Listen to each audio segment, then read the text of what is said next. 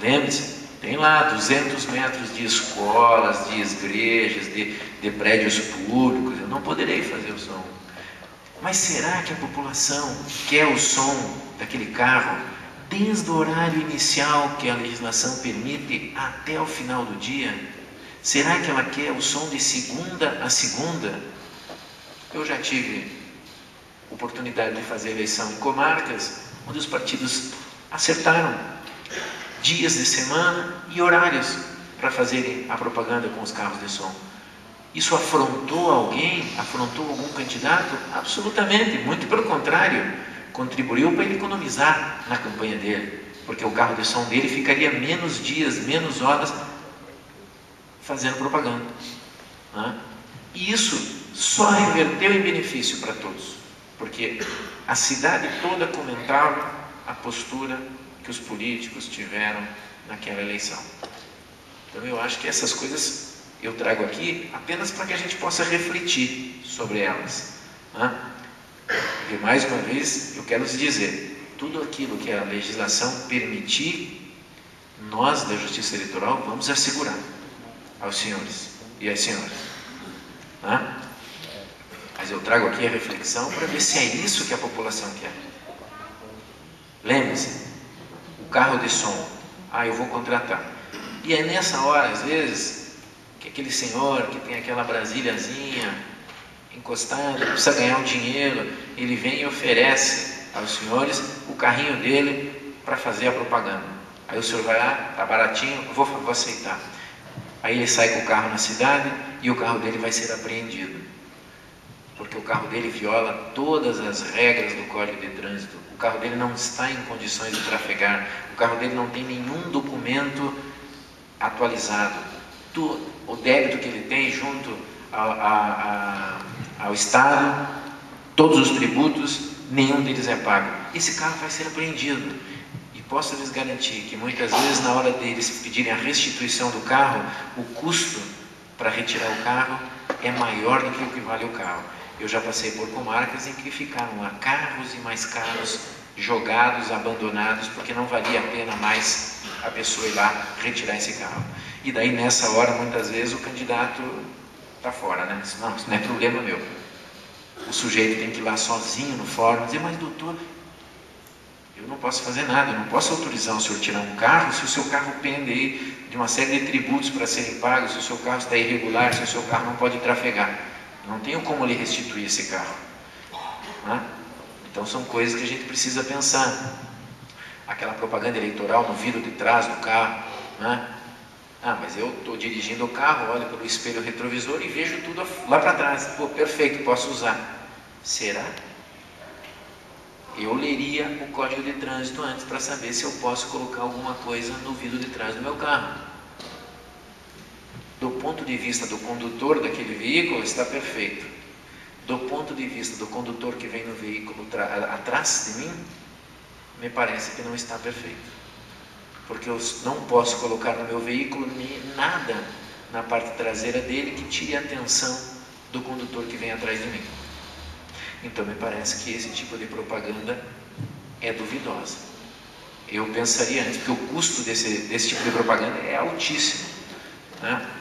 Então são essas coisas que a gente gosta de vir conversar com todos, para que ninguém seja pego de surpresa depois. Mas na eleição passada podia.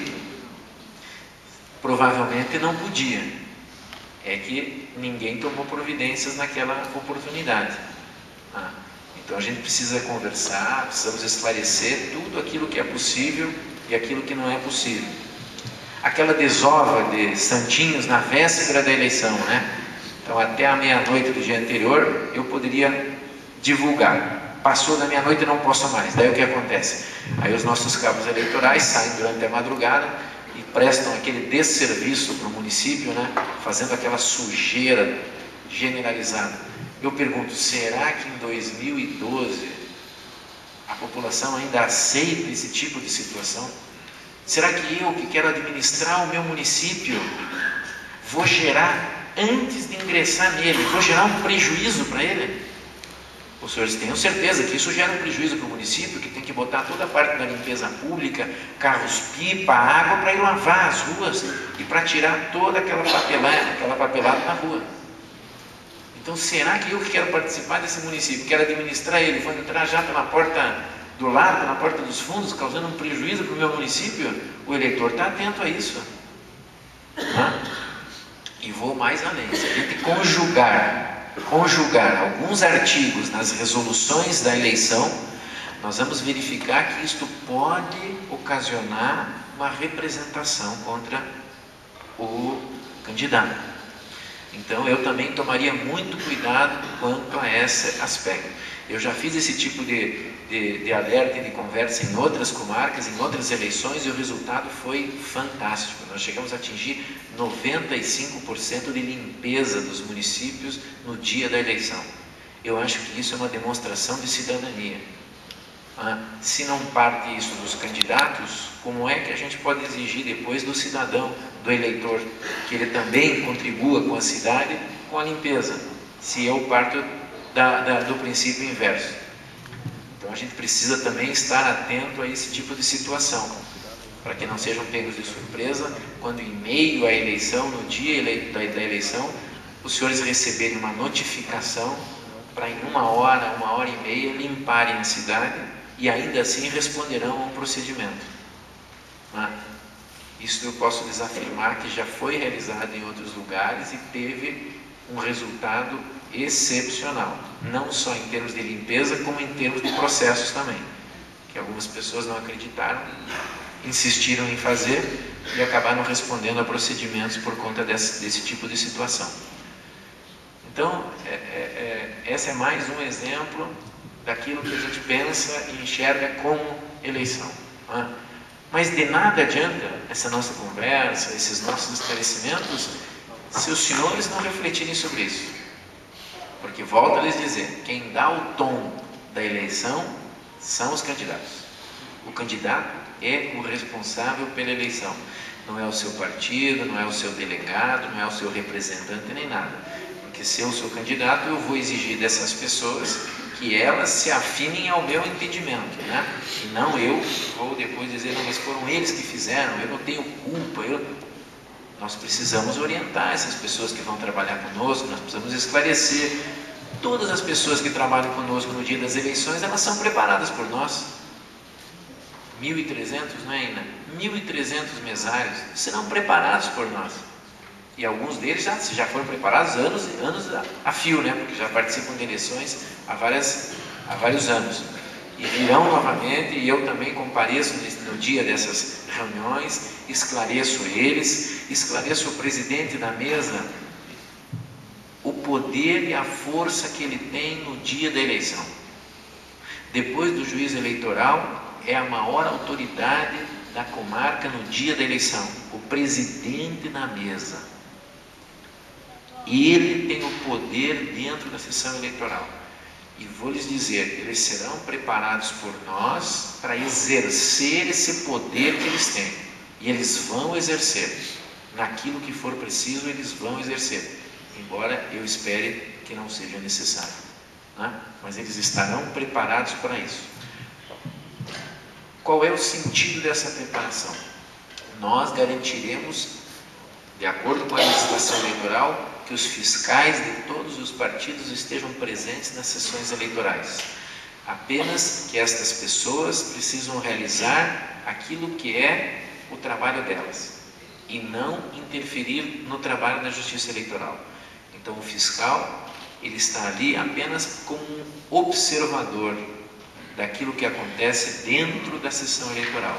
Se ele visualizar algum tipo de irregularidade, se ele visualizar algum tipo de ilegalidade, obviamente que aí ele vai se reportar ao presidente da mesa, exigindo deste providências. E pode inclusive exigir que se consigne na ata o que aconteceu, E aí ele pode repassar para o delegado do partido, para o corpo jurídico do partido, para que daí eles tomem eventuais providências legais que caibam ali.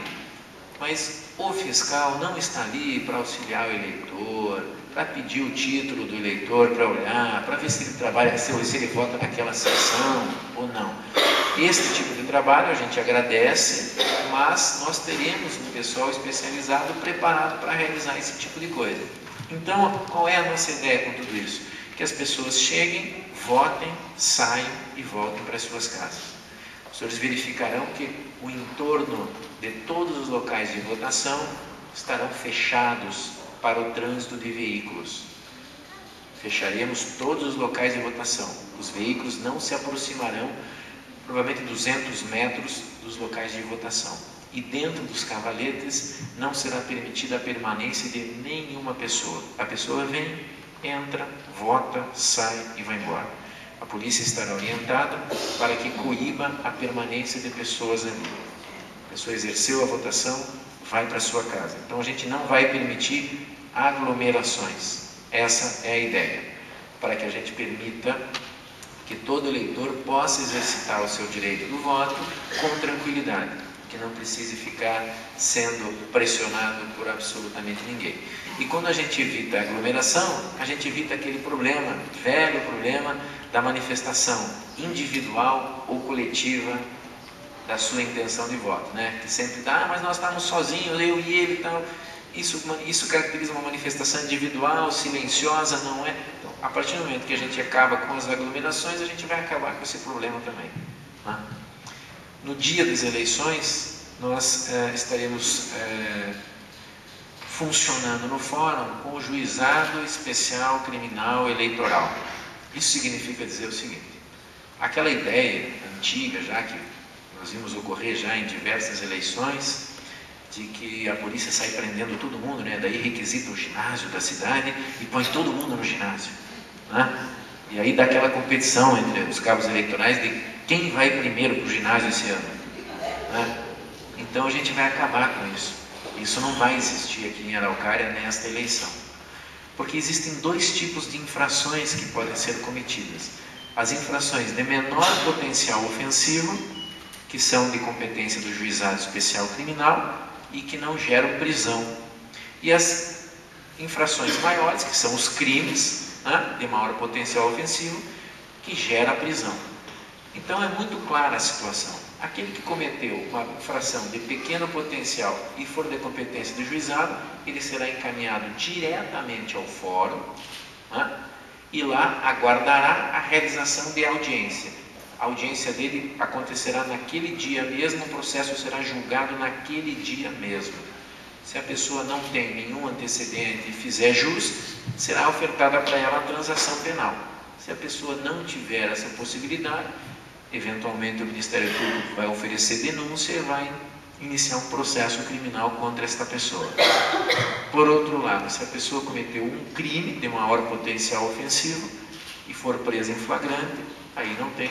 Ela vai ser encaminhada para a delegacia e os trâmites normais daí de quem comete um crime. Vai ter que contratar advogado, eventualmente pedir a revogação lá da prisão, etc. e tal, nos modos corretos. Então não vai haver nenhum ginásio com pessoas que vão passar lá o dia inteiro e depois aí vão ser liberadas sem acontecer absolutamente nada. A pessoa será processada na esfera adequada, sempre se garantindo a ela a votação, não é? Então nenhuma dessas pessoas perderá o voto, ela irá votar tranquilamente, como é o direito de todo mundo. Então essas providências a gente está tomando exatamente para dar tranquilidade a todos os senhores e senhoras de trabalhar. Os candidatos, como sempre, terão acesso a todas as sessões eleitorais, né? Porque este é um direito do candidato, de que ele, qual é o melhor fiscal, senão o próprio candidato? Ele está fiscalizando a eleição dele, então esse é direito. Agora, lembrem-se, passar pelas sessões eleitorais não significa fazer campanha eleitoral, né? Há uma diferença gritante na postura de uma e de outra. Quem estiver apenas passando, passará sem nenhum tipo de problema. Aquele que estiver utilizando aquele momento para uma campanha eleitoral, esse será coibido. Porque até sexta-feira, antes do dia da eleição, até às 0 horas, tudo lhe será garantido com relação à propaganda eleitoral. Quando nós atingimos 0 hora, acabou. Quem tinha que dar o recado já deu. E aí nós temos que dar tranquilidade ao eleitor de que escolha quem será o seu candidato e que no dia seguinte, então, no horário de abertura dos locais de votação, possa para lá se dirigir